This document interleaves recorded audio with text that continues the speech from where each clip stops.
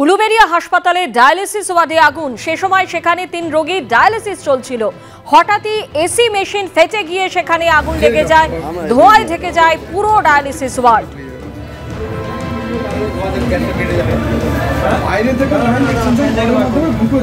টেলিফোনে এই মুহূর্তে আমাদের সঙ্গে রয়েছেন আমাদের প্রতিনিধি সুনীত হালদার। সুনীত, প্রথমেই জানতে চাইবো যে 3 রোগীর ডায়ালিসিস চলছিল, তাদের শারীরিক অবস্থা কেমন রয়েছে, সেখানে ঠিক কি পরিস্থিতি, কিভাবে আগুন লাগলো? সন্ধ্যায় আজ বিকেল 4:15 নাগাদ ঘটনাটি ঘটে উলুবেড়িয়া। এটা জানা যাচ্ছে যে উলুবেড়িয়া হাসপাতালে ডায়ালিসিস ইউনিটে সেই সময় 3 জন পেশেন্টকে ভর্তি ছিল, তাদের ডায়ালিসিস ছিল এবং আরো একজন পেশেন্টকে তারা ওই ইউনিটে ঢোকানোর চেষ্টা করছিল। সেই সময় হঠাৎ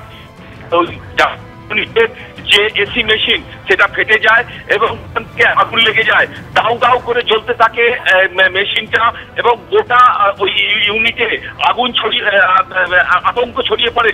সঙ্গে সঙ্গে নার্স এবং স্বাস্থ্যকর্মীরা 3 জন পেশেন্ট যারা ভর্তি ছিল তারা তাদেরকে সঙ্গে সঙ্গে তাদের হাতে থেকে চ্যানেল খুলে সঙ্গে সঙ্গে বার করে দেওয়া হয় এবং উলুবেড়িয়া হাসপাতালে যারা অন্যান্য কর্মী আছে তারাও ছুটে আসে এবং সঙ্গে সঙ্গে আগুন নেভানোর চেষ্টা করে।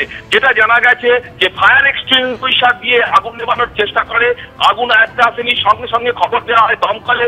একে একে ঘটনাস্থলে দমকলের 2টো ইঞ্জিন পৌঁছায় এবং দমকল কর্মীরা জল ছড়িয়ে আগুনটাকে অ্যারেস্ট করার চেষ্টা করে এবং যে ডায়ালিসিস ইউনিটের সামনে যে কাঁচের জানলা আছে সেটাকে ভেঙে এই এসি মেশিনে জল দিয়ে আগুনটাকে নিয়ন্ত্রণে আনে। এই ঘটনায় গোটা হাসপাতাল চত্বরে আতঙ্ক ছড়িয়ে পড়ে। পেশেন্টরা হুড়োহুড়ির মধ্যে পড়ে যায়। পেশেন্টের যারা আত্মীয় যারা হসপিটালে ছিলেন তাদের মধ্যে আতঙ্ক ছড়িয়ে পড়ে।